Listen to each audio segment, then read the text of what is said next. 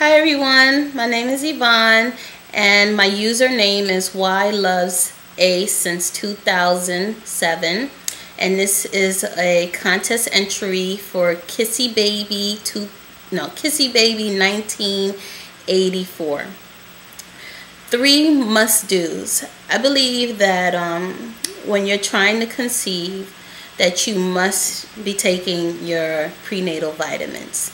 And if you can't take prenatal vitamins, at least take a folic acid supplement. Also, the other thing that I suggest that's a must-do when you're trying to conceive is that you should talk to your general practitioner and let her know or him know that you're trying to conceive, and whatever medication that you're on, that you want to make sure that those medications are category A or okay for pregnancy. And if they're not, that if he or she can start working you down to category A, so that when you are pregnant, there's a plan for you.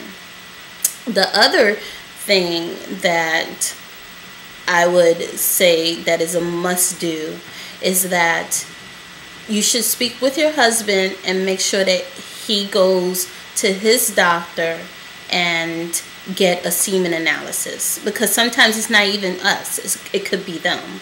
So you just want to make sure that you have that paperwork done, and also his blood work and everything like that. Know his blood type, know whether or not you have sickle cell. Just know all those things, because those are main factors when you become pregnant. And also, you can give all of this information to your OB, like have it so that this way you have a copy of it and you can hand it to her.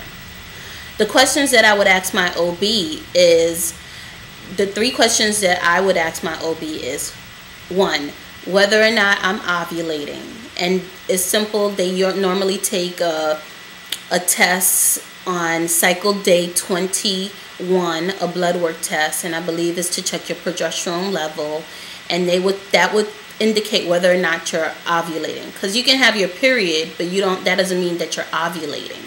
So that's number 1. Number 2 is, if you've been trying for a while, I would also say, what other tests should I be doing?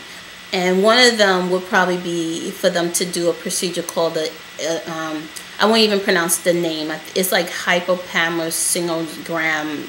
It's the initials are HSG, and that is to check to see whether or not your tubes are blocked.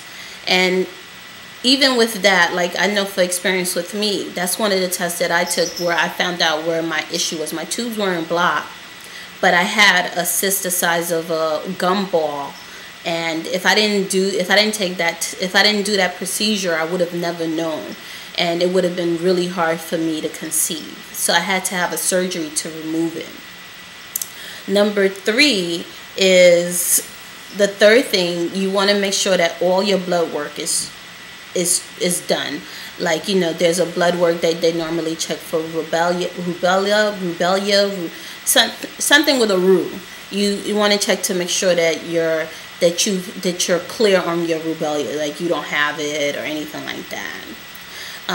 A simple sonogram to make sure that your ovaries are fine, that they're in the right positions, in the right place, because that's another thing. One of my ovaries, my right ovary, is under my uterus.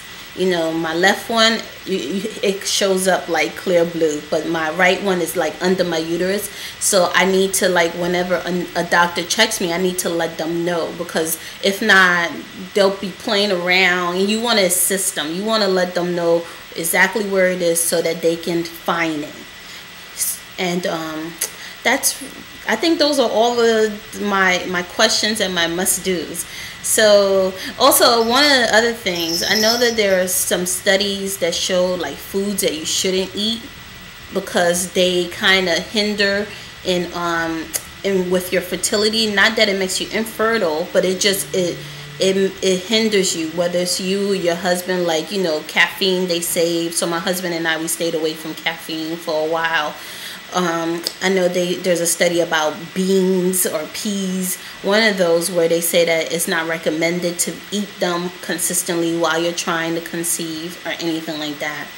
So those are my must do's and my 3 questions. I wish everyone tons of luck, and whoever wins, congratulations in advance. And that's really it. Sending everyone tons of sticky baby dust or baby dust. Bye.